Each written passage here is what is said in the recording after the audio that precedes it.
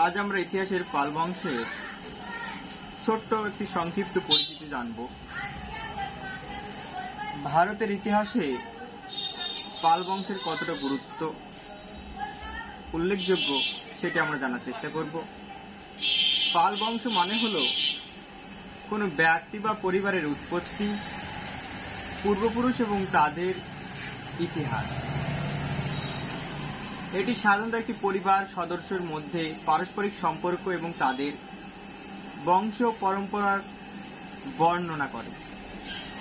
বংশ শব্দটিকে একটি গোষ্ঠী বা পারিবারিক ধারণাকে বোঝানো হয়। তেমন পাল বংশ ছিল একটি গোষ্ঠী,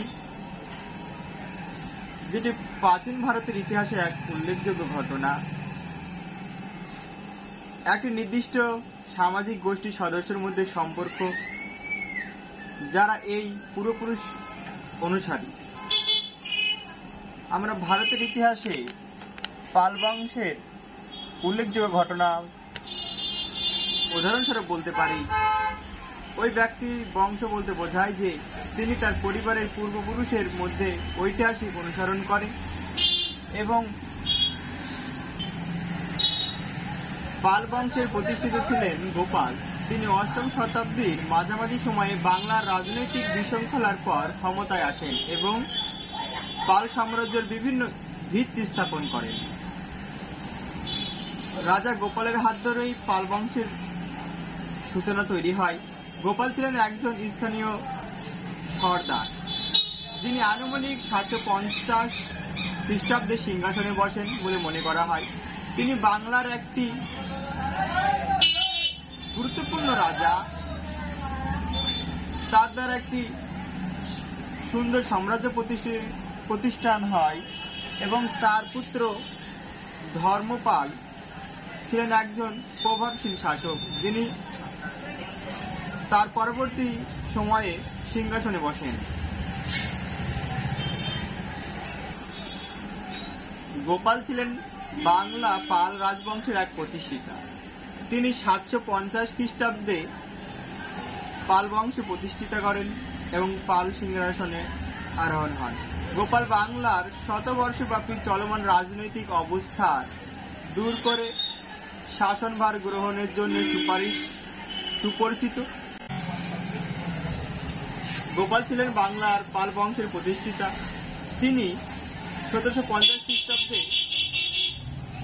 পাল বংশের সিংহাসন আরোহণ করেন। গোপাল বাংলায় শতবর্ষে চলমান রাজনৈতিক অস্তিত্ব দূর করে এক সভ্যতার আলোয় নিয়ে আসেন। তার নামের সঙ্গে পাল যুক্ত করে তার রাজনৈতিক গতানুগতিকভাবে পরিচিত ও নির্দেশ করেন। পাল শব্দের অর্থ সাক্ষরতা। পাল শব্দের অর্থ হল রক্ষাকর্তা বা রক্ষক। তার সম্পর্কে তার নিজস্ব কোনো উৎস থেকে কিছু জানা যায়নি। তার বংশধরের তম্ব শাসক বা তম্ব লিপি ও পাল সভাবিদদের কাব্য থেকে তার সম্পর্কে বেশ কিছুটা জানা যায়। গোপালের রাজত্বকাল বা রাজনৈতিক বিস্তার সম্পর্কে বিভিন্ন বিষয়ে তেমন কিছু জানা যায়নি। আর্য নামক বৌদ্ধ গ্রন্থে আছে গোপাল 27 বছর রাজত্ব করেন এবং 80 বছর বয়সে মৃত্যুবরণ করেন।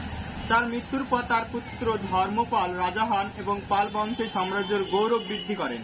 পাল বংশের এক বিপুল উন্নয়ন দেখা যায় বাংলায় বর্তমান যে বাংলা, পশ্চিম বাংলা, বিহার, উড়িষ্যা এবং বাংলাদেশের অন্তর্ভুক্ত। এই ছিল আমাদের ছোট্ট একটি টপিক পাল বংশ নিয়ে আলোচনা করা। জয় হিন্দ, জয় ভারত, সবকে সাথ সবকে বিকাশ, হাম হোঙ্গে কামিয়াব, হাম হোঙ্গে কামিয়াব।